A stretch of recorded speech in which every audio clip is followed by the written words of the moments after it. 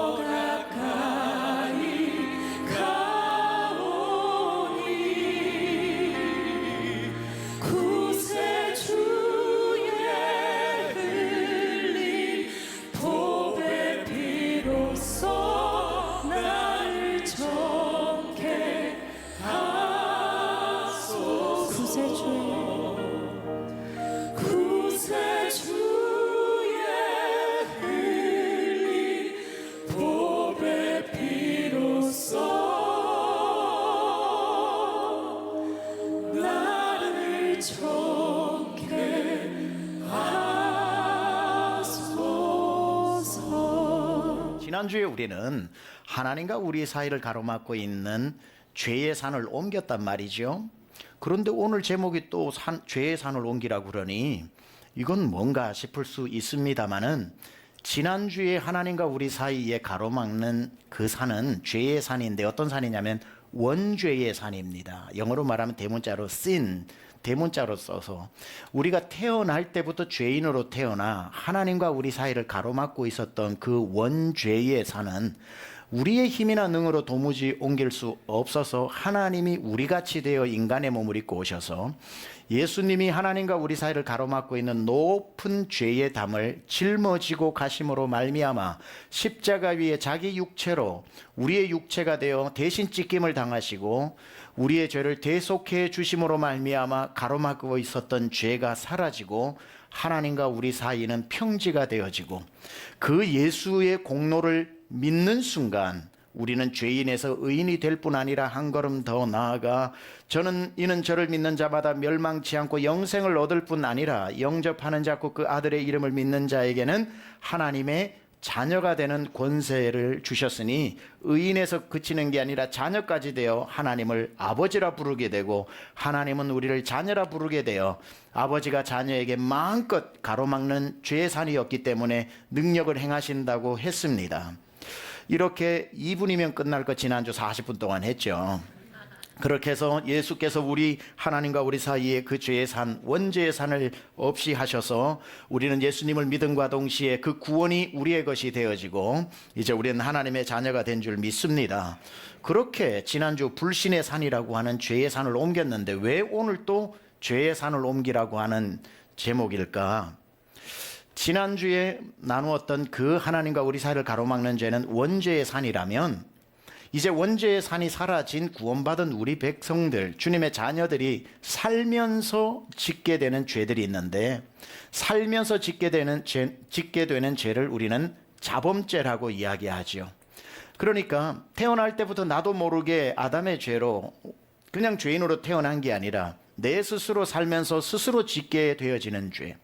예수를 믿기 전에도 죄를 지었지만 여러분이 예수님을 믿고 난 뒤에는 어디 죄 안 짓습니까? 그래서 우리는 살면서 예수 믿으면서도 우리가 짓고 있는 이런 죄들이 큰 원죄의 산은 사라졌지만 여전히 우리의 죄를 지음으로 말미암아 하나님과 우리 사이에 가시와 엉겅퀴가 생기고 돌짝밭이 되고 옥토밭이 가시밭 되기 시작을 하면서 우리가 하나님의 구원을 받은 자로서 구원이 어찌 취소되면서 하나님이 우리를 버리실 수 있겠습니까마는 구원을 받았다고 하기에 무색할 정도로 죄를 우리가 날마다 지음으로 하나님과 우리 사이에 가시가 나고 엉겅퀴가 나서 믿지 않는 것과 별반 다를 바 없을 정도로 그리스도와 점점 멀어져 버리는 사람들이 있다는 겁니다. 탕자가 집을 나갔으면 아들이면 다시 돌아오면 아버지 품어주실 텐데 탕자가 아버지 집을 떠나고 영영 돌아오지 않고 방황하고 있는 모습처럼 구원을 받아 주의 자녀가 되었으면 아버지 안에 거함을 즐거워해야 하는데 이제 구원받았으니까 됐다 안심하고 난 뒤에 이제는 내 인생 내 마음대로 살래 하면서 지어야 할 죄들을 그냥 짓다 보면 이 자범죄가 내 앞에 가로막고 있는 원죄는 아닐지라도 그와 별반 다를 바 없을 정도로 하나님의 능력이 조금도 나타나지 않고 내가 그리스도와 점점 멀어지게 만드는 이 자범죄의 산, 반드시 우리 믿음의 사람들 앞에 가로막고 있는 이 자범죄의 산, 오늘 야심차게 옮겨야 할 줄 믿습니다. 이 산들이 옮겨지지 않으면 아무리 구원받은 백성이라고 해도 하나님의 능력이 그 돌들이 엉겅퀴와 가시나무가 가로막아서 능력이 나타나지 않는다는 말이죠. 그래서 우리가 구원을 받았다면 구원받은 자답게 살아야 하고 예수 그리스도께서 십자가 위에 피로 값주고 이 어마어마한 구원을 우리에게 선물로 주셨다면 구원받은 자답게 남아있는 주님 앞에 가는 날까지 우리는 두렵고 떨림으로 구원을 이루어가야 하는 겁니다. 그럼 구원이 미완성이냐? 그런 뜻은 아니지만 우리 주님이 우리에게 그 엄청난 값을 지불하고 주신 이 큰 구원을 함부로 가볍게 여기지 않고 내 살아가는 내내 내가 구원받은 사람다운 증거를 보여주면서 두렵고 떨림으로 그 영광의 구원을 이루어 나가는 것은 필요하다는 겁니다.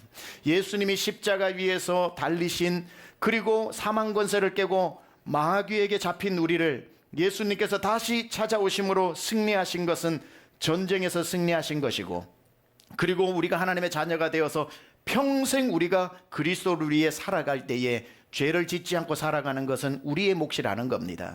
사람은 바위에 걸려 넘어지지 않고 아무것도 아니라고 생각했던 돌뿌리에 걸려서 넘어집니다.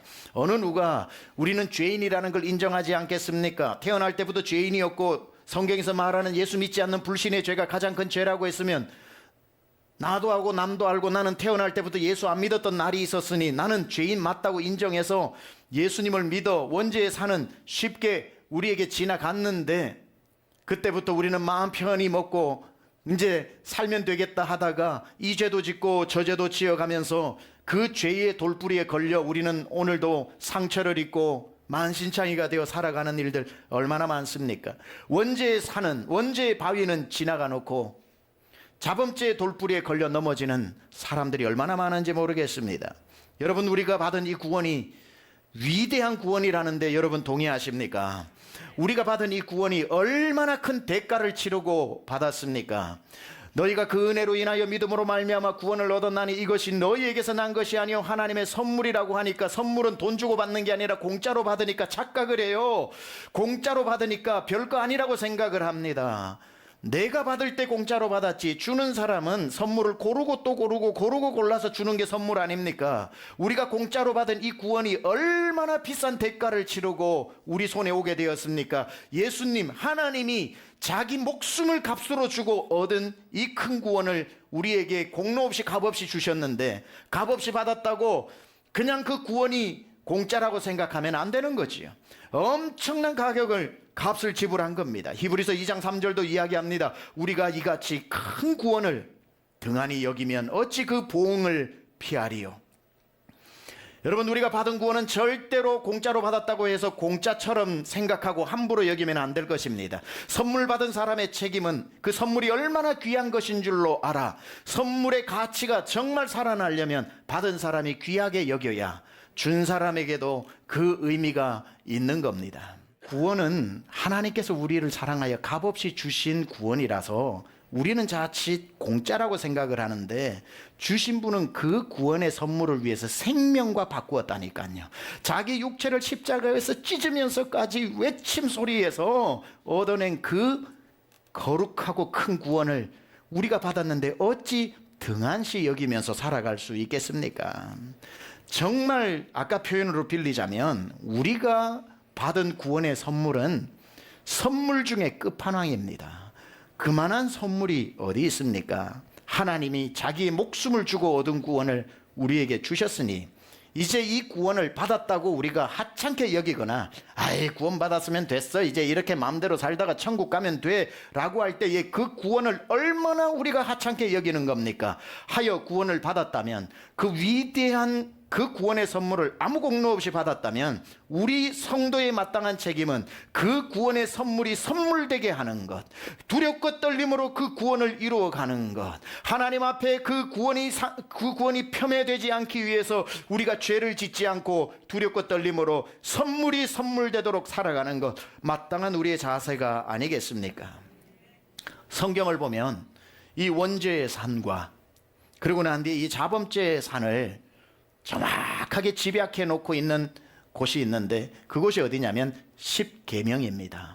우리가 잘 알다시피 1계명에서 4계명까지는 대신관계, 하나님과의 관계, 하나님과 우리 사이를 가로막는 원죄를 없애는 겁니다. 그렇게 해서 구원받은 사람이 5계명에서 10계명까지 대인관계, 그 5계명에서 10계명까지는 하나님과 우리 사이가 회복된 사람으로서 삶에서 어떻게 죄를 짓지 않고 살아야 하는지를 설명해 놓고 있는, 그래서 10계명은 하나님과 우리 사이의 원죄의 문제를 1계명에서 4계명 해결하는 것이고, 그렇게 된 사람이 5계명에서 10계명까지를 지키면서 자범죄에 빠지지 않게 하기 위한 위대한 계명인 겁니다.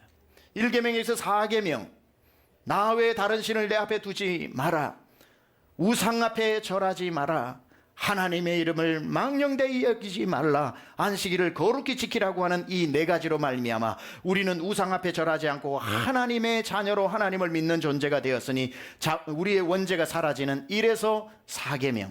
그렇게 해서 구원을 받았다면 성경은 이야기하는 겁니다. 이제 너희가 구원을 받았다면 구원받은 자로서 내 부모를 공경하라. 살인하지 마라, 간음하지 마라, 도둑질하지 마라, 거짓말하지 마라, 내 이웃의 것을 탐하지 말라고 이야기하는 나머지 계명을 통해서 자범죄에 빠지지 않고 구원받은 자답게 살아가는 것, 이게 10계명이 우리에게 가르쳐주는 위대한 계명입니다.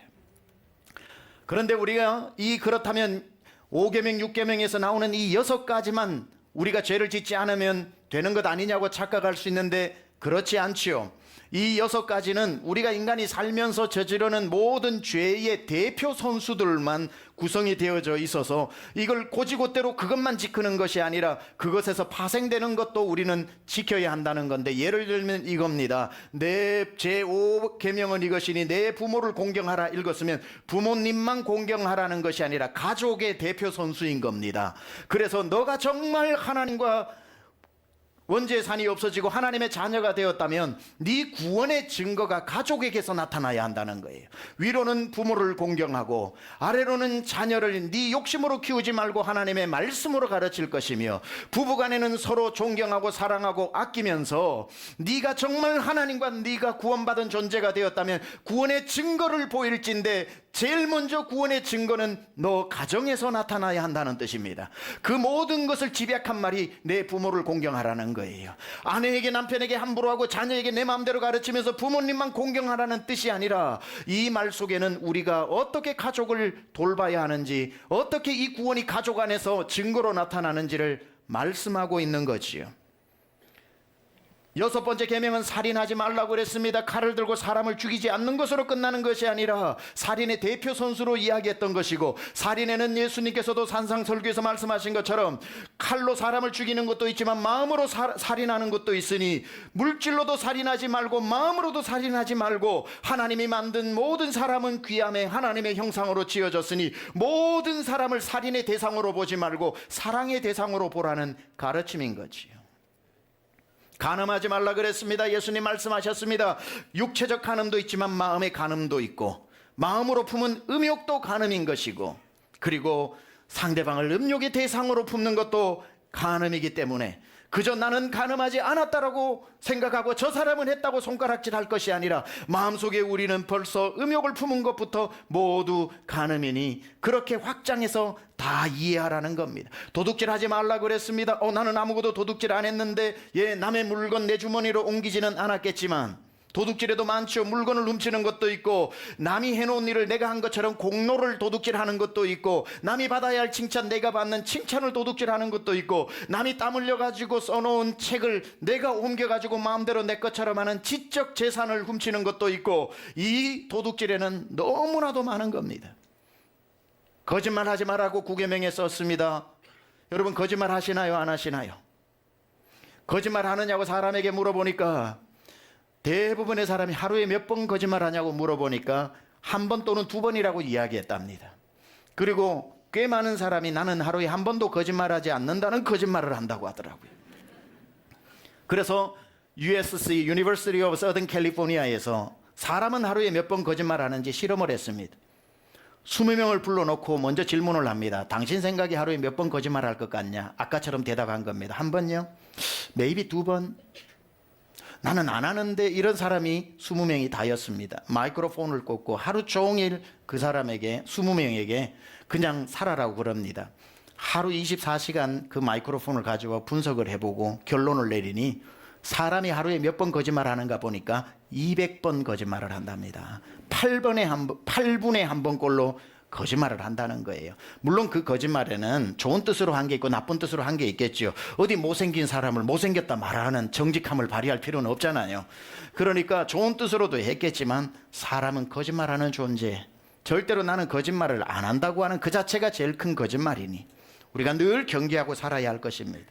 자, 이렇게 내 부모를 공경하라, 살인하지 마라, 간음하지 마라, 도둑질하지 마라, 계속해서 거짓말하지 마라 라고 했는데 10번째 계명이 10계명 중에서 가장 중요한 계명 중에 하나입니다. 10번째 계명을 같이 한번 읽어보겠습니다. 시작. 내 이웃의 탐내지 말라. 내 이웃의 아내나 그의 남종이나 그의 여종이나 그의 소나 그의 나귀나 물은 내 이웃의 소유를 탐내지 말라.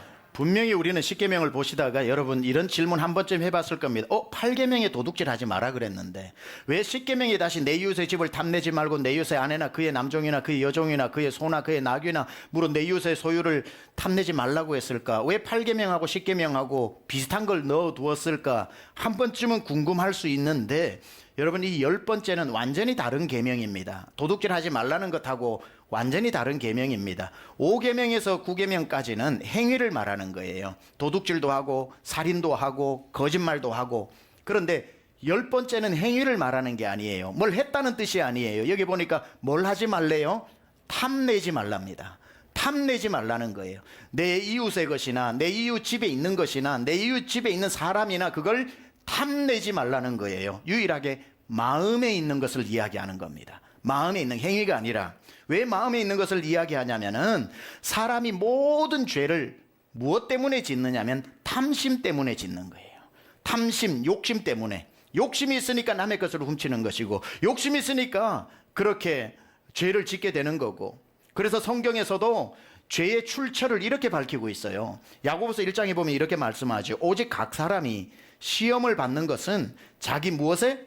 욕심에 끌려 미혹됨이니 욕심이 잉태한 즉 죄를 낳고 죄가 장성한 즉 사망을 낳느니라. 욕심이랑 같은 말이 탐심인 거예요.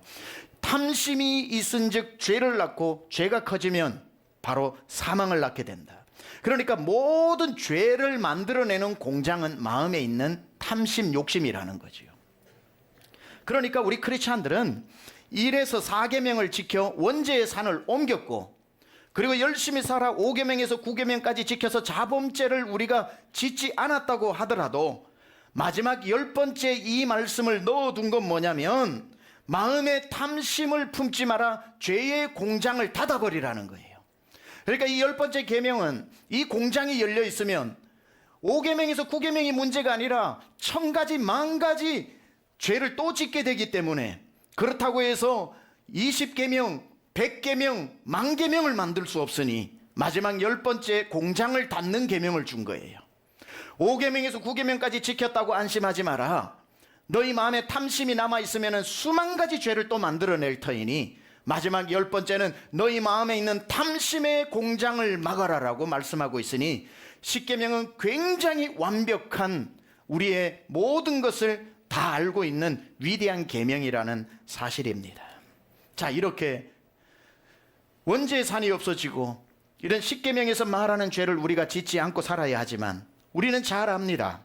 인간은 연약한 존재이기 때문에 5계명에서 10계명이 6가지 계명을 다 지키고 살 수 없다는 것. 물론 여기에 기록된 거야 안 할 수 있겠지만 여기서 파생되는 것까지 할 것 같으면 우리는 죄를 안 지을 수 없다는 것. 누구나 살다가 죄에 넘어지기도 하고 자범죄에 넘어지고 이 중에 죄 안 지으시는 분 있습니까? 그런데 죄를 짓느냐 안 짓느냐보다 훨씬 성경이 심각하게 다루는 건 뭐냐면은 히브리서 12장 4절에 이렇게 말씀합니다. 너희가 죄와 싸우되 아직 피 흘리기까지는 대항하지 아니하였다 이렇게 나오는데 이 말의 해석이 뭡니까? 너희가 죄를 안 지을 수는 없다마는 죄를 짓고 몇 번 짓다가 나는 안 돼 하고 포기하지 말고 죄와 싸우되 피 흘리기까지 싸워본 적이 있느냐는 거예요. 그러니 죄를 짓지 않으려고 피 흘리는 몇 방울 피가 흐르거나 코피하고 코피 나오는 정도가 아니라 여기서 피 흘린다는 거 네 생명과 바꿀 정도로 죄와 가열차게 싸워본 적이 있느냐고 묻는 겁니다. 죄는 몇 번 해보다가 안 된다고 자기 자신을 용납하고 포기해서 나는 이제는 짓고 살아야 될 것 같아 안 돼 이러는 게 아니라 성경은 자범죄 100번 200번 똑같은 죄에 넘어져도 성경이 요구하는 건 뭐냐면은 넘어질 수 있다 그것 가지고 말 안 할게. 그런데 지금도 그 죄와 싸우고 있냐고 묻는 거예요. 그 죄를 가지고 싸우고 있느냐. 이기거나 지거나가 아니라 계속 싸우고 있느냐는 것을 성경이 묻고 있고요. 여러분이 죄 앞에 무릎 꿇고 나 이 죄는 이길 수 없어 하고 받아들이지만 않는다면 죄를 향해서 무서운 얼굴을 하면서 이렇게 외쳐야죠. 그래, 내가 오늘 또 넘어졌다마는 내일 또 싸우리라. 죄야, 네가 이기는가 내가 이기는가 한번 보자. 나는 내가 너를 이길 때까지 싸우리라. 나는 피 흘려 죽을 때까지 싸우리라고. 처음에는 죄가 무서웠는데 나중에 죄가 내 얼굴을 보고 무서워져 가지고 나중에 끝까지 죄와 싸우기를 멈추지 않는다면 하나님 능력 주셔서 마침내 급기야 이기게 될 줄 믿습니다. 예수님은 나중에 우리가 주님 앞에 서게 될 때 이렇게 묻지 않으실 겁니다. 너 살면서 몇 가지 죄를 지었느냐 따지지 않으실 겁니다. 그러나 반드시 물으실 겁니다. 너는 죄와 얼마나 싸웠느냐고 물으실 겁니다. 몇 번 죄에 몇 번 넘어졌냐고 묻지 않으시고, 너 무슨 죄를 지어도 그 죄를 용납하지 않고 싸우는 노력을 얼마나 했냐 반드시 물을 겁니다. 실패해도 좋아요. 주님은 실패했냐 성공했냐 보다는 계속 싸우고 있냐를 보고 계신다는 뜻입니다. 이 산은 내가 무조건 어떻게 하더라도 내 생명 다하더라도 옮기고야 말리라고 하는 그 싸움을 주님은 보고 응원하시고 이기도록 힘주신다는 사실입니다. 이제는 우리가 원죄는 우리 주님이 옮겨주신 산이지만 하나님과 우리 사이에 자라고 있는 가시와 엉겅퀴와 돌짝 같은 이 돌뿌리 같은 이 자범죄는 우리가 삶에서 옮겨야 하는 산들이니, 오늘 이 예배 나오셔서 그러한 것들이 떠오른다면 오늘 예배 끝나기 전에 다 옮겨지는 역사 있기를 축원합니다. 여러분이 살면서 무슨 죄를 얼마나 대단한 걸 지었겠습니까마는, 말하는 십계명에 살인을 한 적도 없고 도둑질 성범죄가 아니더라도 우리가 여사로 여기고 매일매일 별거 아니라고 짓는 그 죄들도 먼지같이 아무런 대단한 것 아니더라도, 여러분, 먼지도 쌓일 때마다 닦아야지. 먼지도 괜찮다 이 정도 죄를 안 짓는 사람이 어딨냐, 이 정도도 안 지으면 사람 어떻게 사냐고. 먼지밖에 안 되는 죄를 회개하지 않고 방치하고 놔두면 먼지도 쌓이면 돌멩이가 되고, 돌멩이도 모이면 바위가 되고, 바위 몇 개가 모이면 태산이 되는 것처럼 계속해서 우리가 하나님 사이에 아무렇지도 않게 별거 아니라고 생각했던 먼지 같은 죄도 주님 앞에 회개하고 또 회개해서 돌멩이 되기 전에, 바위 되기 전에, 태산 되기 전에 하나님하고 우리 사이를 가로막는 그 어떤 것도 없어야 할 줄 믿습니다. 별거 죄 아닌 것 같은 사람은 죄를 안 지어서 그런 게 아니라 십자가와 멀어지면 죄가 잘 안 보입니다. 십자가 위에 우리 주님 영광의 빛으로 비추실 때에 십자가에서 멀어지면 그 빛이 희미하게 비추어 괜찮아 보여요. 죄가 잘 안 보여요. 뭐 이 정도 다 사는 거지 했는데, 아까 우리 찬양처럼 내가 매일 십자가 앞에 더 가까이 나오고 더 가까이 오니 이 빛이 점점 나를 비추니 더 비추니, 의사의 수술대 밑에서 환한 수술 그 등이 비추는 것처럼 십자가 가까이 갈수록 빛을 더 비추니, 옛날에는 죄가 죄로 보이지 않았던 것들이, 죄가 없는 게 아니라 안 보였던 것들이 십자가 앞에 가까이 나오면서 죄가 보이기 시작을 하니 십자가 밑에서 울면서 회개가 저절로 나오는 거예요. 여러분, 십자가 앞에서 울고 있는 사람들을 오해하지 마세요. 무슨 죄가 많아서 저렇게 십자가 앞에서 우냐가 아니라, 똑같은 죄인데 십자가 가까이 나오고 보니 남들은 못 보는 죄가 자기에게 보여서 하나님 물 가지고 날 씻든지 불 가지고 태우든지 내 안과 밖 다 닦아달라고 죄를 더 지어서가 아니라 주님 앞에 가까이 나오니 안 보였던 죄가 보여서 그 먼지 같은 죄도 회개하게 되는 겁니다. 그래서 십자가와 자꾸 멀어지는 사람은 자기가 의인인 줄 알고, 십자가 가까이 나오면 자기가 죄인인 줄로 깨달아 옛날에는 돌짝밖에 되지 않는 죄가 보였다면 이제는 먼지 같은 죄도 보여서 그 먼지가 쌓이기 전에 주님 앞에 회개하면서, 하나님이 쓰시는 그릇은 금그릇도 아니고 은그릇도 아니고 깨끗한 그릇이라고 했는데, 하나님 나를 깨끗한 그릇 삼아 하나님의 능력이 이 죄의 돌뿌리에 걸리지 않고 가시에 하나님 방해를 받지 않고 하나님 구원하신 그 능력이 내가 회개하오니 계속 내 삶에 역사하여 주옵소서. 원죄가 가로막지 않아도 자범죄가 가로막고 있다면, 먼지 같은 신락 같은 죄라도 하찮게 여기지 않고 회개한다면 하나님은 그 사람을 계속해서 사용하실 줄 믿습니다. 주님은 네가 이겼느냐 졌느냐를 묻지 않고 싸우고 있느냐를 묻고 있다고 말씀드렸습니다. 많겠죠. 대단한 죄가 아니라도 사람마다 믿음이 자라다가 그 하나의 죄가 신속하게 나를 실망시키고 절망시키는 옛사람으로 끌고 가는 경우들이 많습니다. 누군가는 담배 하나 예수 믿고 신앙생활 하는데 별거 아니라고 생각하는 분들도 계실 겁니다. 그게 신앙에 크게 방해 안 받는 분도 계실 거예요. 찰스 스펄전도, 우리 신학교 가면은 찰스 스펄전 얘기를 많이 하는데, 스펄전은 담배 광이었습니다. 그 당시는 문화가 그러니까 그랬겠지요. 담배를 피우면서 스펄전이 이런 말을 했습니다. 나의 담배 연기 속에 성령의 임재가 있다. 그러면서 이 설교를 준비할 때에 그 담배가 하나님의 영감을 가진다고 꼭 신학생들이 이런 건 기억하고 인용을 합니다. 그러면 제가 그 목회자들한테 이야기를 합니다. 그럼 네가 스펄전이냐? 그렇게 질문을 합니다. 스펄전처럼 설교를 잘하든지 왜 갑자기 스펄전도 아니면서 스펄전 이야기를 하느냐? 누군가에게는 이 모양 저 모양이 있겠지만 가만 한번 생각해 보세요. 누군가에게는 그 담배 한 개밖에 안 된다고 하는데 절대로 한 개가 아닌 사람이 있습니다.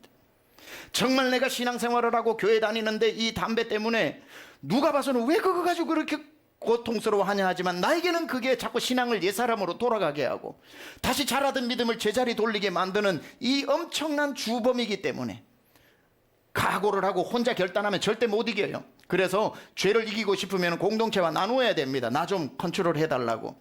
그래가지고 담배각을 목장에 가서 쫙 돌리고 나 오늘부터 담배 안 핀다고. 목자님 담배 피면은 내가 목자님 아들이라고 이야기를 하면서 그거 가지고 부족해서 교구 목사님한테 전화해서 나 오늘부터 끊기로 했습니다. 아 그래요 집사님 제가 기도해 드릴게요. 그렇게 시작을 해서 3개월 동안 안 피니까 믿음이 막 자라는 것 같고 스스로 밤마다 자기 머리를 쓰다듬어 주고 야 되잖아 야 너도 할 수 있어. 그래가지고 되고 하다가 3개월 정도 지나니까 갑자기 어느 날 문득 그 담배 한 가치가 얼마나 그리워지는지 그 담배 연기 한번 맡아보는 게 소원이라서 담배를 다시 사와가지고 붙들고 피울까 말까 안 돼 하다가 나도 모르게 이미 담배는 나와 있고 입에 들어와 있고 불은 붙여져 있고 연기가 쫙 올라가는데 황홀경을 느끼는 게 아니라 그 모습에 거울에 비친 자기를 모습을 보는데 얼마나 실망이 되는지. 너 또 넘어졌구나. 담배각을 막 찢으면서 난 안 돼.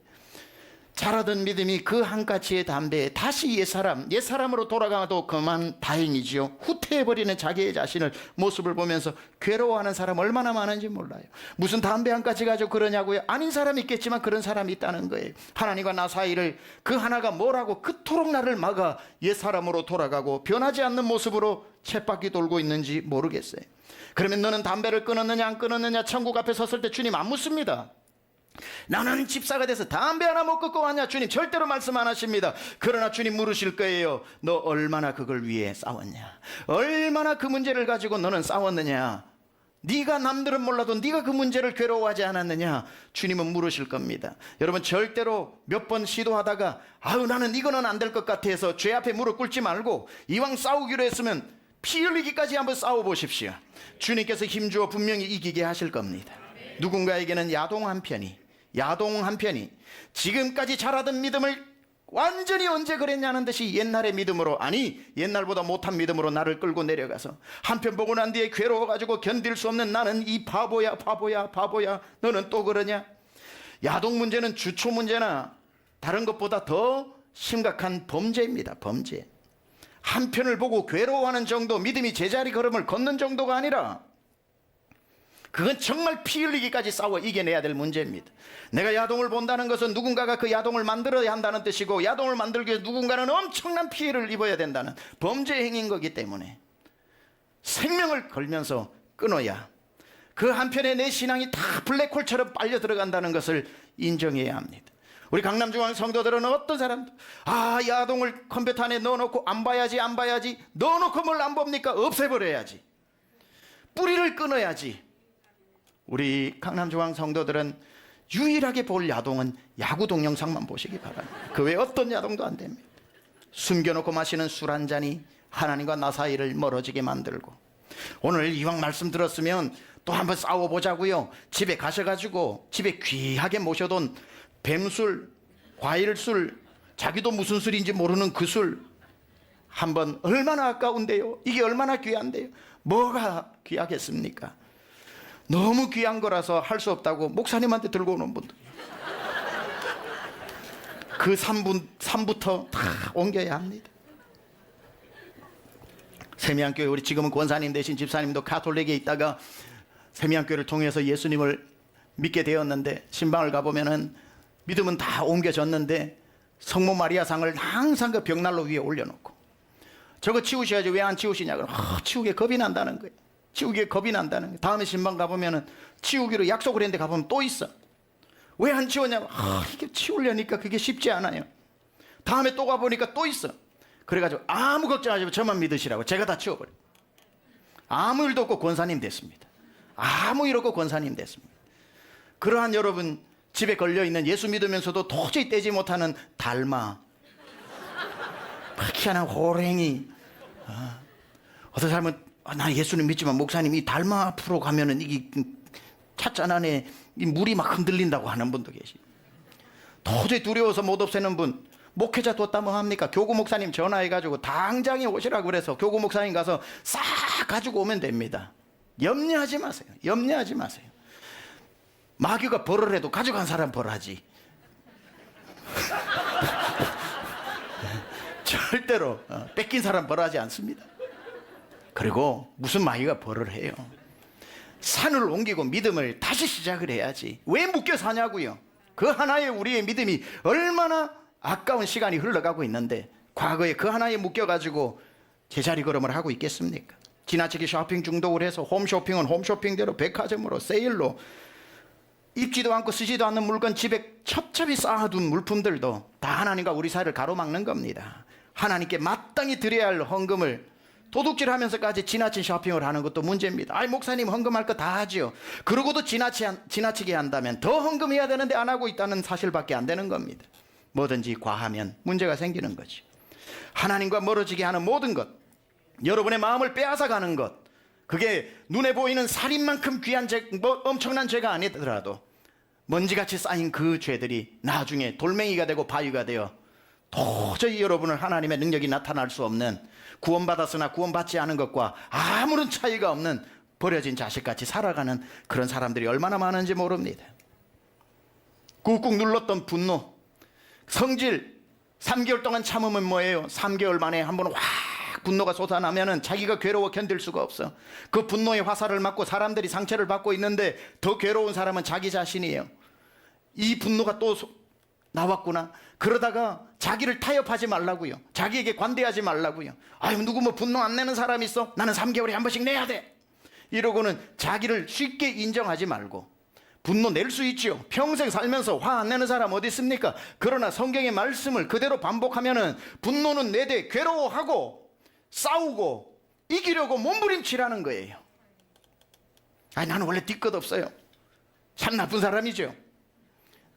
다 화내놓고 나만 뒤끝 없어서 밥 잘 먹고 있고 그 화살에 맞은 사람은 아직도 밥을 못 먹고 있는데, 하나님과 우리 사이에 쌓아져가는 먼지 같은 돌멩이가 이미 되어버린, 어떤 사람에게는 바위가 되어버린 그러한 죄들, 자범죄들 오늘 회개하고 다 문제 해결해야 할 줄 믿습니다. 이 사람의 이야기로 마치려고 합니다. 우리가 잘 아는 다윗의 이야기입니다. 다윗은 정말 하나님과 자기 사이에 원죄의 산이 사라지고 하나님의 은혜로 택함을 받아 이스라엘의 왕이 되길 때까지 하나님의 능력의 손이 거두어진 적이 한 번도 없었습니다. 광야에서도 하나님 하면은 하나님의 손이 나타나 다윗을 붙잡았고, 다윗에게서 그 손이 거두어지지 않으면서 그를 붙잡아 보좌에 앉혀 왕으로까지 삼으셨으니 하나님과 다윗 사이에 얼마나 유무상통하는 관계였겠습니까? 하나님의 능력의 손이 함께하는 그 행복한 인생. 그러다가 블레셋과의 전쟁에 늘 앞장서 가던 그가 무슨 마음이었는지 가지 않고 홀로 남았더니, 그때 갑자기 창문 너머로 우리아의 자기 부하인 우리아의 아내 바세바의 모습을 보고 그를 불러오라 해서 절대로 해서는 안 되는 성폭행을 하게 되죠. 그러고 나니 수습을 해야 되니까 그의 남편을 불러오라 그래서 우리아를 살인해서 죽이게 되죠. 완벽 범죄를 하기 위해 아무도 알리지 말라고 거짓말을 하게 되죠. 하나의 범죄를 하고 나니 10계명의 3가지를 동시에 범해버리고 맙니다. 완벽히 아무도 모를 줄 알고 마음은 그렇지만 살아가던 그때에 아무도 못 봤는지는 몰라도 24시간 CCTV 돌리던 하나님이 계셨죠. 하나님은 다 보고 계셔가지고 나단 선지자에게 CCTV 틀어주면서 네가 가서 백일하의 이야기를 해주라.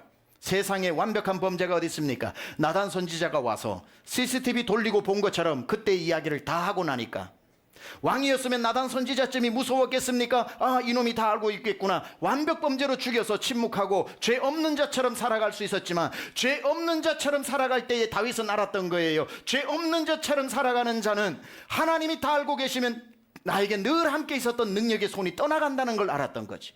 내가 완벽 범죄로 살아가는 것보다 하나님의 손이 나에게서 떠나버리는 게 더 무서웠기 때문에, 하나님이 선택하여 자기의 선왕 사울에게 하나님의 손이 함께 할 때는 어떤 역사가 일어났고, 하나님의 영이 떠나갔을 때는 버린 자와 같았던 사울의 모습을 봤기 때문에 내 죄거를 누가 알고 모르고가 중요한 게 아니라, 이 다윗에게는 하나님의 손이 떠나느냐 안 떠나느냐가 더 중요해서 그 자리에서 퍼질고 누워서 손톱이 빠질 정도로 땅을 긁으면서 불렀던 노래가 시편 51편이죠. 그가 시편 51편에 자기의 죄를 낱낱이 고하면서, 하나님 내가 회개합니다, 회개할 테니까 하나님 나 사이에 가로막는 그 무엇도 없게 하여 주셔서 하나님의 능력이 나를 떠나지 않게 해달라고, 그가 얼마나 다시는 이와 같은 죄를 범하지 않겠다고 회개했고, 그는 다시는 그와 같은 죄를 범했다는 게 성경에 기록된 게 없고, 하나님이 그 회개 뒤에 계속 그를 사용하신 것으로 봐서 다윗은 완전히 그 문제를 회개하고 해결했던 것입니다. 다윗이 그 앞에서 어떤 기도를 했나요? 이렇게 주님 앞에 기도합니다. 7절, 하나님이여 우슬초로 나를 정결케 하소서. 내가 그러면 정하게 되리이다. 나의 죄를 씻어주소서. 내가 눈보다 희게 되리이다. 9절에 주의 얼굴을 내 죄에서 돌이키시고 내 모든 죄악을 지워 주옵소서. 하나님 내가 이와 같은 죄를 더 이상 절대로 범하여 하나님의 손이 떠나지 않게 하겠나이다. 10절에 이렇게 얘기합니다. 하나님이여 내 속에 정한 마음을 창조해 주시고 내 안에 정직한 영을 새롭게 하여 주옵소서. 그러고 난 뒤에 그의 절절한 기도가 이것이지요. 하나님 나를 주 앞에서 쫓아내지 마시며 주의 성령을 내게서 거두지 마소서. 주의 성령이 떠나버리면 내가 어찌 삽니까? 주의 성령이 죄 때문에 떠나버리면 하나님 능력 없이 내가 어떻게 왕이 되고 어떻게 살아갑니까? 하나님 내가 회개하고 다시는 이와 같은 죄를 범하지 않을 테니 하나님이여 내게서 성령을 거두지 마소서. 오늘 우리의 성도의 고백이 되어야 할 것 아닙니까? 언제 우리가 구원을 받았다고 배 두드리면서 이제 구원받았으니까 죽어도 천국이면 됐지, 뭘 잘 살아, 나는 그런 건 관심 없어 하면서 구원받지 못한 자처럼 구원을 등한시 여기면서 살아가면서 먼지와 돌멩이와 바위가 되어서 살아가고 있는 우리에게 하나님의 능력은 나타나지도 않고, 어려운 일 나타났는데 기도해도 하나님이 응답해 주시지 않고, 자기가 죄 지은 것도 모르고 하나님은 내게 무관심하다고 또 하나님 탓으로만 돌리고 살아가는 우리의 모습 가운데, 다시 우리는 하나님 앞에, 하나님은 금그릇도 원치 않는다, 은그릇도 원치 않는다, 깨끗한 그릇을 하나님은 사용하신다고 했는데 하나님과 나 사이에 지었던 죄를 하나님 회개합니다. 물 가지고 날 씻어주시든지 보혈 가지고 닦아주시든지 성령의 불로 태워주시든지 내 안과 밖 다 닦아주셔서 하나님이 내게 일하시는데 부족함이 없게 하여 주시고 주의 성령을 내게서 거두어가지 말라고, 하나님 그리하여 그 큰 구원의 감격을 회복시켜 주시옵소서. 오늘 우리가 이렇게 기도하면 하나님은 그 기도 들으시는 줄 믿습니다. 여러분 그저 예배 나와서 1시간 앉아있다고 가시는 게 아니라, 여러분이 예배 드리는 이때에 무슨 예배의 역사가 일어나야 하냐면, 여러분이 여러분의 힘으로 죄를 짓고도 이기지 못해서 또 넘어졌구나, 이런 죄 안 짓고 살아가 하고 합리화시키지 않았는데, 합리화시키면서 살았는데, 오늘 여러분이 예배 드리는 이유는 죄를 이기는 권능을 받는 시간인 거예요. 하나님 내 힘으로 안 됩디다, 주님 앞에 나와서 예배하오니 하나님이여 성령으로 충만케 하여 주시고 내게 죄를 이길 성령의 검을 쥐어줘 주시고 믿음의 방패를 주시며 구원의 투구를 회복시켜 주시고 의의 흉배를 붙여주시고 평안의 복음의 신을 장착하는 시간이 예배 시간이고, 우리가 찬양할 때 성령이 여러분에게 임하면 전신갑주를 취하게 되고 똑같은 세상으로 나아가 이길 수 없었던 죄를 능히 이기게 될 줄 믿습니다.